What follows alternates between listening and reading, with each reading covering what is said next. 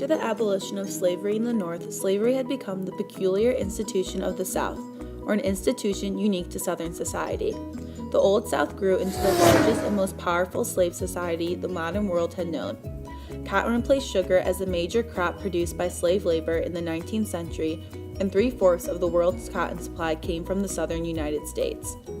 Slavery continued to grow with the creation of the Second Middle Passage, or massive slave trade within the United States. The system of slavery rested on force. Slave owners attempted to control their slaves through violence, the encouraging of divisions among slaves, and a system of incentives, and the threat of sale.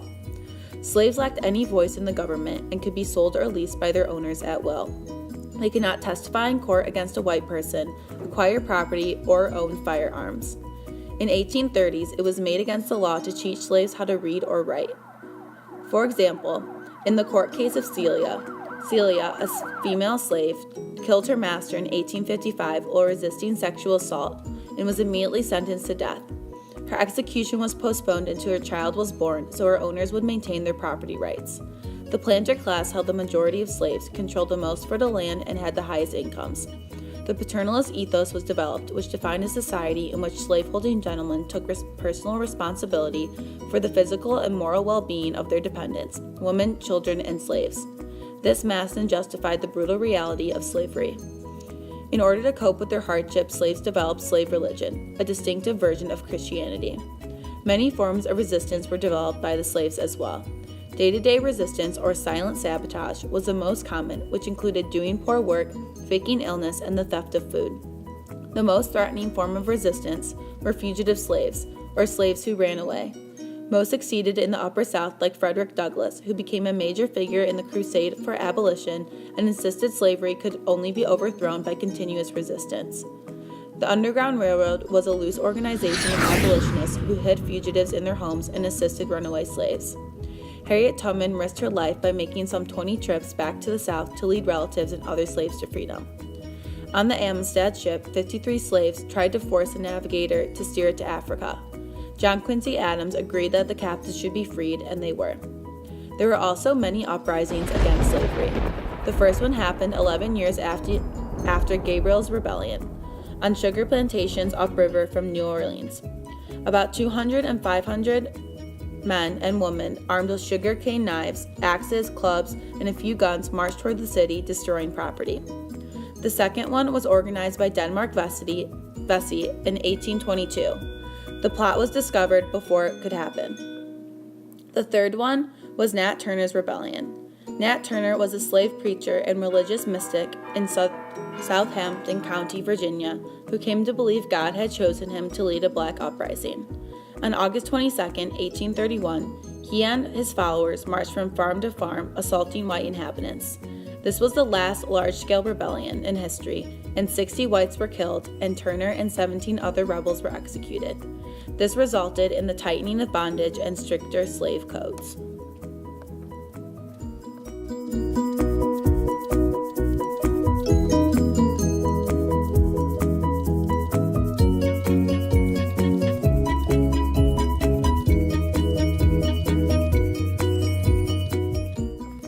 The Reformation impulse occurred during the antebellum period, which was pre-Civil War. It started with utopian communities which arose from religious conviction. They varied from the degree of individual freedom, so some communities were democratic while others were more dictator-like. They centered around the idea of moral suasion, which was used to convert people to the Reformation cause based on their own personal convictions. The goal of these communities was to close the gap between the rich and the poor. The words socialism and communism also entered the language. The most successful of these religious communities were the Shakers. Mormons also came into light during this time. It's a polygamist religion. The plight of the Mormons revealed the limits of religious toleration in 19th century America. Additionally, the American Temperance Society emerged. It was formed in 1826 by members of the North. The movement caused some degrees of hostility regarding the views of morals in society. Critics argued that it attacked their personal freedoms, and immigrants were not supporters of it as well. With the invention of the asylum, jails, orphanages, and poorhouses during the 1830s and 40s, the goal was to eventually release those in institutions to become full-fledged members and functioning members of society. Secularism also emerged regarding common schools. Labor organizations in the North supported tax-supported schools, whereas the Southerners did not support schools. They viewed literate blacks as a danger. The American Colonization Society was also created. It promoted gradual abolition of slavery. It established Liberia on the west coast of Africa, and the goal was to send all free blacks there. However, many blacks opposed this in America. In turn, this caused a wave of militant abolitionist thought throughout the South. Abolitionist movements took hold throughout most of the North, and the message spread very quickly throughout newsprint technology. Their ideas and roots were grounded in their understanding of liberty, and they identified themselves with the revolutionary heritage. Communities in the North celebrated alternate calendars of freedom. This was just where they celebrated other traditions besides July 4th. At first, abolition arose violence from Northerners, and mobs would disrupt meetings in most cities with abolitionists. Now to women and feminism. Women were active in the temperance movement, and they played a big role in reform activities and showcased themselves in the public sphere. Angelica and Sarah Grimke were the Grimke sisters, and they were the main players and reformers at this time. They organized the Seneca Falls Convention. Women were beginning to expand their sphere of influence through new styles of clothing and had ideas outside their household duties. These new ideas included self-ownership and self-control. Lastly, the Liberty Party was formed by seceders of abolition. However, their candidate only won 7,000 votes in the election of 1840 and was not very prominent during this time in the political sphere. Under the presidency of Polk, Manifest Destiny was a big idea, which was the God-given right to explore the rest of what would be America. His goals set were keeping government funds in the Treasury, lowering tariffs, and bringing California into the Union. He also accomplished the Oregon Treaty during his presidency.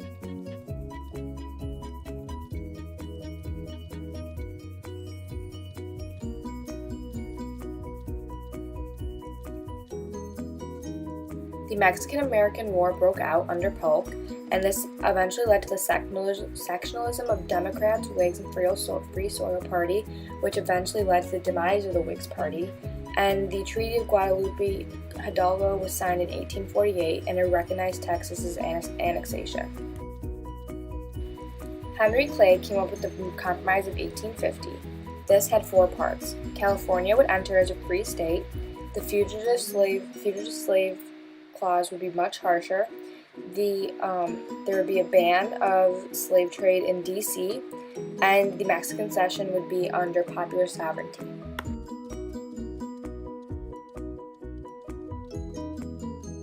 The Kansas-Nebraska Act of 1854 dismantled the Missouri Compromise and led to disputes within territories over whether to have slavery or not. Popular sovereignty replaced the Missouri Compromise, and personal liberty laws came into place during this time. The Dred Scott v. Stanford case is a case about a slave who traveled to Illinois with his master, and he was denied freedom after the case. It was 6-3 decision. Taney declared that only white persons could be citizens of the United States. So the prelude to Civil War was started by the secession of South Carolina. States seceded all the way until Texas and the Confederate States of America was formed before Lincoln's inauguration. President Buchanan denied that a state could secede, but also insisted the federal government had no right to use force against it. The Crittenden plan for sectional compromise was rejected by Lincoln because it allowed for the expansion of slavery.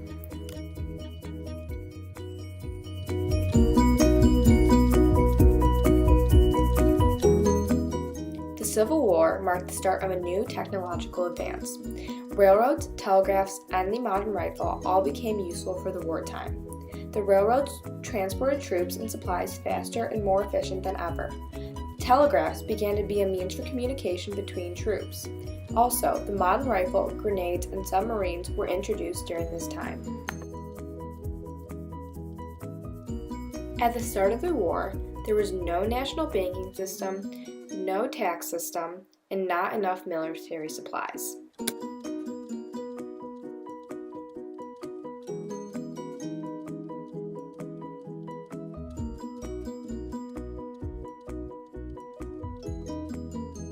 The new America that emerged during the Civil War was committed to rapid economic development. The mobilizing of resources led to the enhanced power of capitalist entrepreneurs. However, economic prosperity only occurred in the North, and the South suffered economic devastation. The Northern industry boomed with wartime inflation and government contracts. The first battle of the war was the Battle of Bull Run. This was the first engagement between soldiers. It ended in a chaotic retreat of Union soldiers, and almost 800 men died. The battles of Gettysburg and Vicksburg marked a turning point in the war and major wins for the Union. Some of the military strategies during the war included the Anaconda Plan. The Anaconda Plan was a plan implemented by Lincoln that aimed to strangle the South economically. Not until later in the war did this become successful. Later on, parts of the Confederacy became under Union occupation and slavery declined, which resulted in shortages of food for the South. Businesses, farms, and plantations, and railroads were in ruins. The Confederacy began to borrow money for the war, and the Confederate Congress was unwilling to levy heavy taxes on planters that could pay. So, they relied on paper money. In the summer of 1862, Lincoln decided that emancipation of slaves is a necessity. So, he issued a preliminary emancipation proclamation.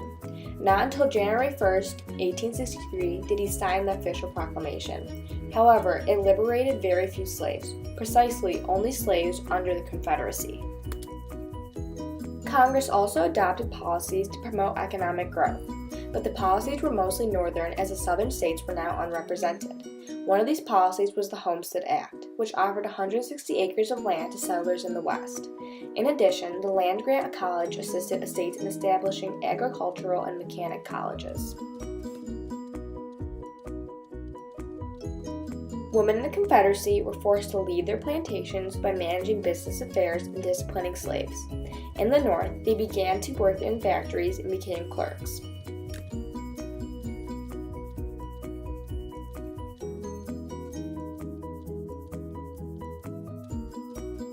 On April 9th, at the Appomattox Courthouse, General Lee of the Confederacy surrendered, marking the end of the Civil War.